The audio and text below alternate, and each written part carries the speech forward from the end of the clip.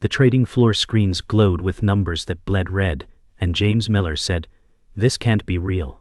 The market can't fall this fast." His hands shook as he refreshed the charts, but the numbers plunged further, dragging his heart with them. The room was heavy with silence, except for the faint hum of machines and his labored breath. Each tick downward was a knife, slicing away years of work, confidence, and savings. James said, "I only needed one win, not this storm." The clock struck noon, yet it felt like midnight as shadows crept over his desk. The coffee had gone cold, untouched, beside a pile of old contracts and promises now worthless. He whispered, "Everything I built is gone, in one terrible move." James Miller stared at the blinking cursor on his trading app, heart pounding. He said, "One wrong move, and I'm finished." His phone buzzed endlessly with messages, but he ignored them, unable to face anyone. The silence pressed harder than any sound. He could almost hear the weight of debt piling higher in his head. His lips quivered as he muttered, "I can't tell them yet." He pushed his chair back, the screech echoing like a judgment. The world outside his office was alive, but in here it felt like a tomb. James Miller lifted his phone, fingers trembling as dozens of notifications lit the screen. His sidekick David Harris had texted, "James, what's happening?" He dropped the phone as if it burned him. His reflection in the dark glass of the window showed a stranger, hollow-eyed and pale. He whispered, "I'm trapped." His stomach twisted with nausea, memories flashing of late nights spent planning, dreaming, believing in his strategy. All gone now, all slipping through his grasp like sand. The office walls felt closer, suffocating. James Miller paced, muttering, "I should have listened, I should have sold earlier." His tie swung loose as he gripped his hair, pulling tight. Each step felt heavier, dragging across the carpet. The blinds rattled faintly with a gust of wind, shadows streaking across his face. He stared at the ceiling, chest heaving, searching for answers in silence. Nothing came, only the echo of his own mistakes. James Miller collapsed into his chair, face buried in his palms. He said, "They'll know by tonight."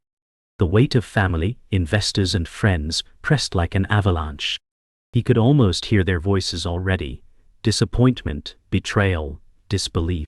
His shoulders shook, breaths uneven, as the enormity of loss settled in. The silence turned deafening, and in it he saw only ruin. He muttered, "It's over before it ever began." James Miller sat in the dim light of his kitchen, staring at unpaid bills spread across the table. He said, "How do I explain this to them?" The silence was broken only by the hum of the fridge and his shallow breathing. His wife's laughter from an old voicemail played in his head, reminding him of what was at stake. He clenched the letter from the bank, the paper crumpling in his sweaty hand. Every line read like a verdict. His eyes drifted to the family photo on the wall, where smiles looked like promises he could no longer keep. David Harris, James' oldest friend and loyal partner, stood in the office doorway. He said, "James, you've got to tell me the truth." James rubbed his forehead, avoiding his gaze. The tension between them was thick, the kind that only years of friendship could survive. James muttered, "I made a mistake bigger than I can fix." David's jaw clenched, not with anger but with fear for what came next. He stepped closer, voice low but firm. "We'll figure this out, but not if you keep me in the dark." Later, James found himself sitting across from Victor Kane, the ruthless financial power he dreaded. Victor leaned back, smirking, and said, "You always bet like a gambler, James, never like a strategist." James forced a tight smile, masking his panic. Victor's tailored suit gleamed under the boardroom lights, every stitch a reminder of his control. James said, "I only need time." Victor laughed, sharp and cold. "Time is for winners, not for you." The words cut deeper than the debt itself. The next day, James met Linda Shaw, the investor who had once backed his dream. She tapped her pen against the contract, her sharp eyes never leaving his. She said, "I trusted you with more than money." James' voice cracked as he said, I thought I could turn it around." Linda's expression hardened and she whispered, "Hope doesn't pay dividends." The weight of her disappointment pressed down harder than the threat of lawsuits. For a moment, James wished she would yell, but silence was worse. That night, James sat with his mentor, Richard Cole, a fallen financial guru who had seen it all. Richard's voice was rough with regret as he said, "I lost everything once too, thought I'd never stand again." James' shoulders sagged, and he muttered, "So what did you do?" Richard lit a cigarette, the flame flickering between them. He said, "I stopped pretending the system was fair." His eyes carried decades of failure, and James realized this warning was both wisdom and curse. Morning bled through the blinds like a warning flare, and James Miller said, "Open the cash model." David Harris stood by the whiteboard, grim and steady, while columns of red glared from the screen. James said, "Vendors first, payroll second, or we're dead by Friday." David circled numbers, jaw tight, and said, "You're juggling knives with wet hands." The room smelled of cold coffee and panic, and the clock seemed louder than thought. James said, "If we sell the hardware, we buy a week, maybe two." David erased a doomed line and said, "Buy a week to die in a month is not a strategy." James squeezed his temples and stared at the burn of debt. He said, "I'm not quitting while the wound is still bleeding." David said, "Then cauterize or you'll bleed out." The broker's voice crackled through speakerphone like a verdict, and James Miller said, "State the margin." The reply was clinical and final, a number that scraped bone. David Harris leaned in and said, "Ask for a recalculation. Volatility skew wrecked the model." James said, "They'll liquidate by noon if we stall." The red bars marched lower, as if gravity had turned mean. David said, "Pledge the secondary account, or we watch them carve you up." James swallowed pride like glass and said, "Authorize the transfer, and hold the rest." The air in the room thinned to needles. David said, "You're feeding a fire and calling it warmth."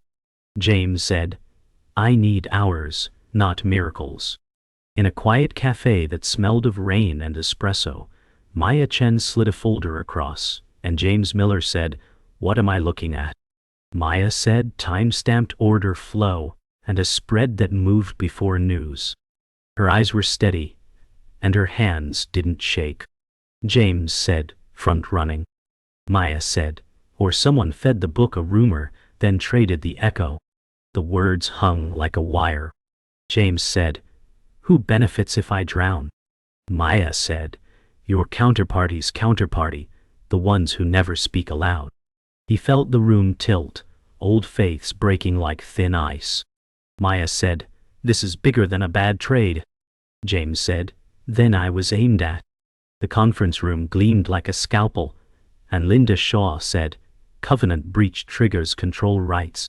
James Miller kept his voice level and said, "I can stabilize if I'm allowed to operate."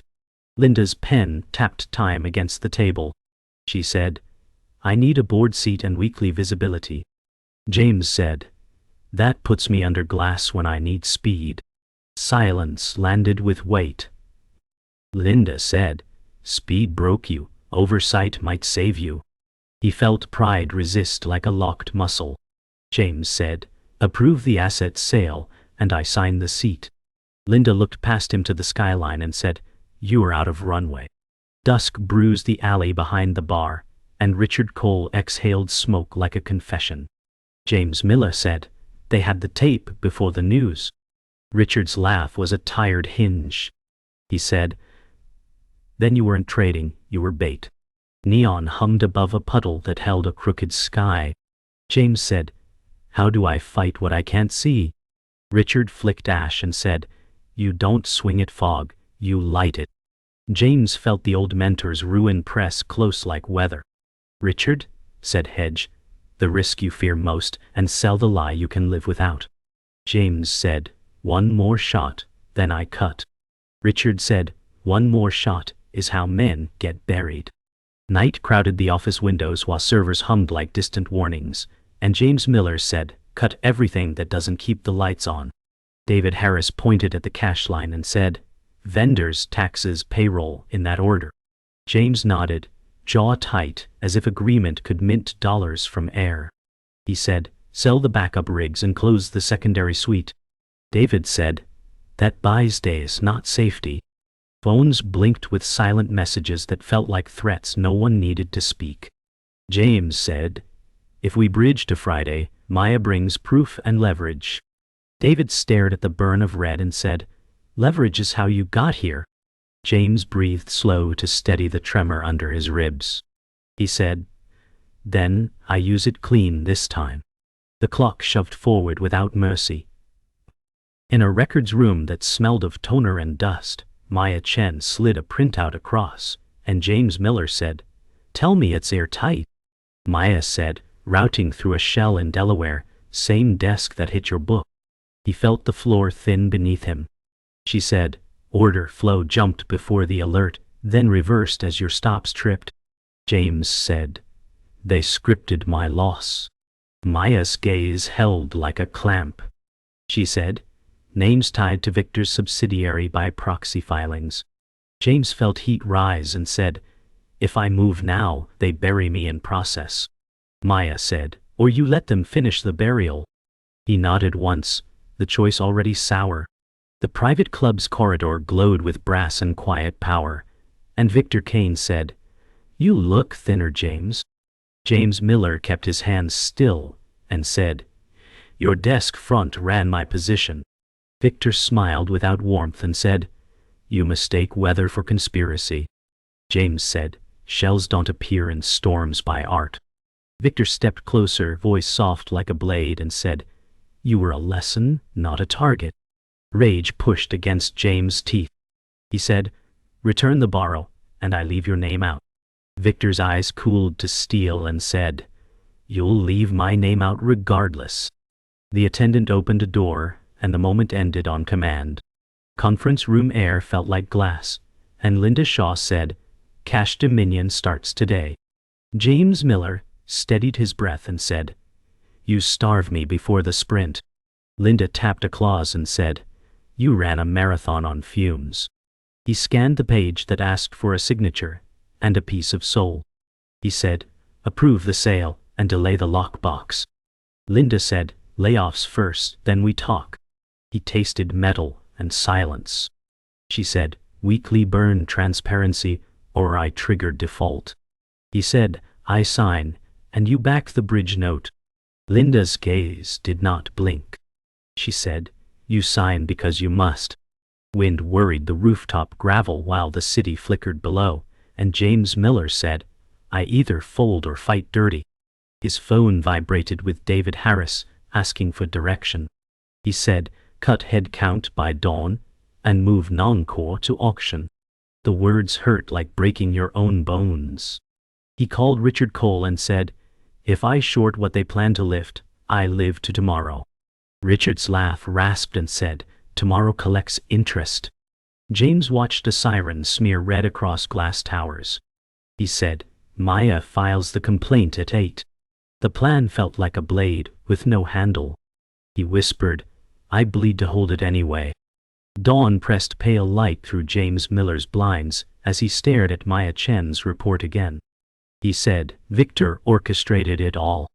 David Harris read over his shoulder, jaw locked, and said, this isn't bad luck, it's a hit job. James rubbed his temples and said, then the trade was never mine to win. Maya's voice carried steady across the table as she said, the timestamps prove collusion. File this and regulators come running. James swallowed the bitter taste of truth and said, if I go public, I burn every bridge left. David said, better ashes than chains. The paper crackled as James gripped it tighter. He said, ashes don't rebuild a life, but chains break it forever. The regulator's lobby was marble and glass, but it felt like a battlefield. James Miller said, if I step inside, there's no turning back. Maya Chen stood firm beside him, folder pressed to her chest. She said they can't bury evidence this clean. James' reflection in the polished floor showed sweat under his collar. He whispered, Victor will know by noon. Maya said, then he'll finally fear you. James inhaled the cold air of the atrium, steadying his nerves. The receptionist looked up, indifferent to the war carried in a manila file. James said, "History starts when I sign." Maya touched his arm lightly, her silence stronger than words. By noon, Victor Kane stood in his penthouse office, phone pressed to his ear, voice like poison. He said, "He's filing against me." His aide stammered in reply, unheard under Victor's rising fury. He said, "Cut his credit, freeze every line, choke him before he breathes." Across town, James Miller's phone buzzed with alerts of accounts locked, liquidity evaporating. He slammed the desk with his palm and said, "He's already striking back." David Harris leaned in, voice sharp with urgency, "Then strike first." James' chest ached, but the decision was steel now. He said, "Short the shell company. Victor's fortress cracks where he hides."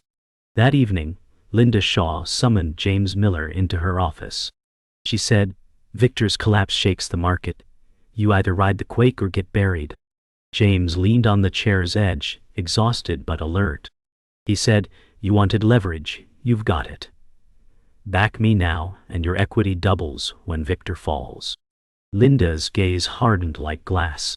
She said, "Or I cut my losses and let you drown with him." James said, "I'm the only one with the evidence."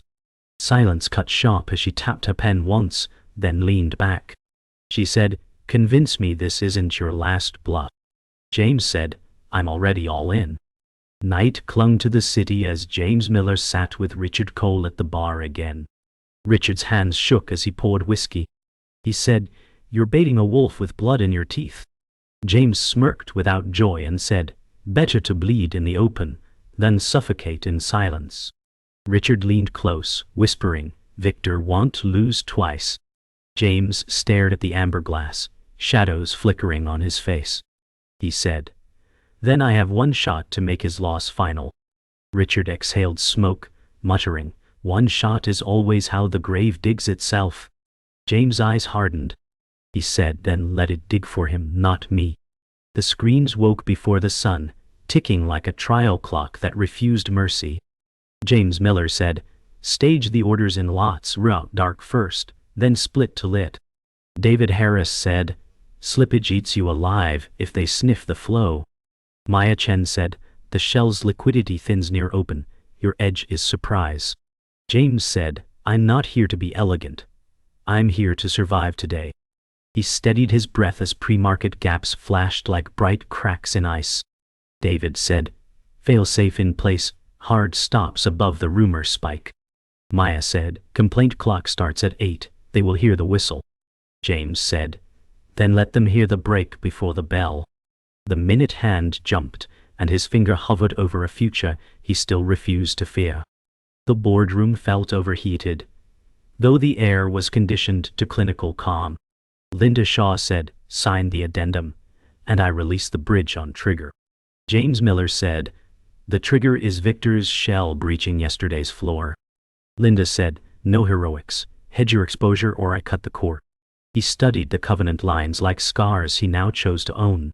James said, "Authorize now, and I finish this before the market closes." Linda's gaze held him in a grip that measured cost over pride. She said, "Weekly transparency, head count cut, and I get the second vote." He signed, pen biting paper, and said, "Done. Now let the math speak." The city glared through the glass as alarms began to sing on his phone. Liquidity vanished, then snapped back, a trapdoor and a trampoline in one breath. James Miller said, "Stagger the shorts into the sweep, avoid the top of book." David Harris said, "They're spoofing size, canceling as soon as we lean." James said, "Ignore the mirage, chase only filled prints and confirm tape." The ticker shuddered as halts flirted, and his pulse matched the staccato. Victor Kane's desk hit the tape with a surge that tried to squeeze blood. James said, "Flip to options, buy time and sell their panic back to them." David said, "Gamma turns friendly if this drop holds another 10 minutes." James said, "Then hold the line and let arithmetic become a blade." The chart broke clean, and silence landed like rain after a burning field. The call connected with a hiss, and the room seemed to tilt toward the voice.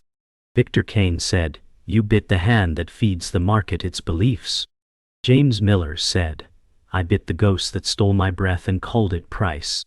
Victor said, "Withdraw the filing, and I return what you can still carry." James said, "You return the borrow and unwind the shell, or you answer publicly." Victor's pause was a winter that tried to freeze the next choice.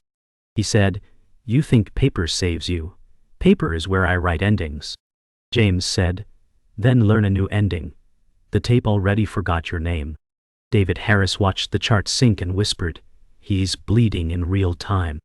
James let the silence finish the sentence neither man could afford to say. The closing bell bellowed like a cathedral bell that forgave nothing. James Miller said, "Flatten half, lock the gain, and pay the wolves at the door."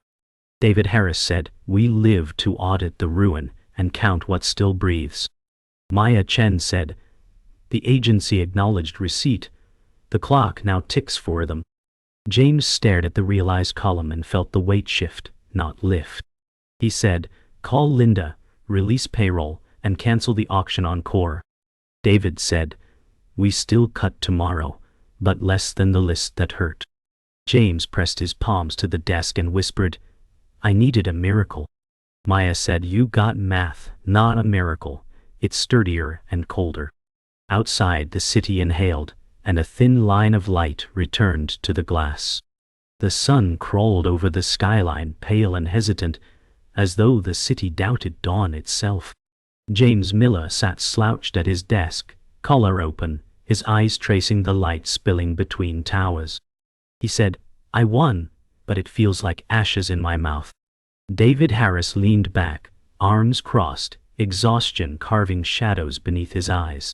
He said, "We're not celebrating survival, we're mourning what it cost." Maya Chen stood steady near the blinds, folder tucked under her arm, her voice calm but firm. She said, "Survival means tomorrow still exists, and tomorrow is more than Victor gets." Jameson's inbox chimed, each ping another scar, hollow praise, veiled threats, false sympathy. He whispered, "Survival feels like punishment when everything familiar has burned." The silence after that line pressed heavier than any debt. Linda Shaw's office smelled of polished wood and quiet judgment, the glass walls towering over the city. She said, "Victor Kane is done, indicted before breakfast." James Miller rubbed his jaw, voice heavy, "And what's left for me besides paperwork and scars?" Linda's pen tapped slowly, her gaze cold and exact. She said, "Debt reduced, equity intact, reputation cracked but mendable." James muttered, "Trust doesn't recover like numbers on a sheet." Linda leaned closer, her tone sharp, "Reputation rebuilds cheaper than liquidity, and you'll need both." He swallowed the truth like poison that kept him alive. She said, "Probation, oversight, humiliation, better than exile." James whispered, "Exile with paperwork feels no softer." Outside, the city buzzed with indifferent traffic, blind to their bargains. Victor Kane sat hunched in a gray interrogation room, arrogance drained, silver hair falling in untidy strands. He said, "You can't cage gravity. I built markets from nothing." The investigator said nothing, just pressed record.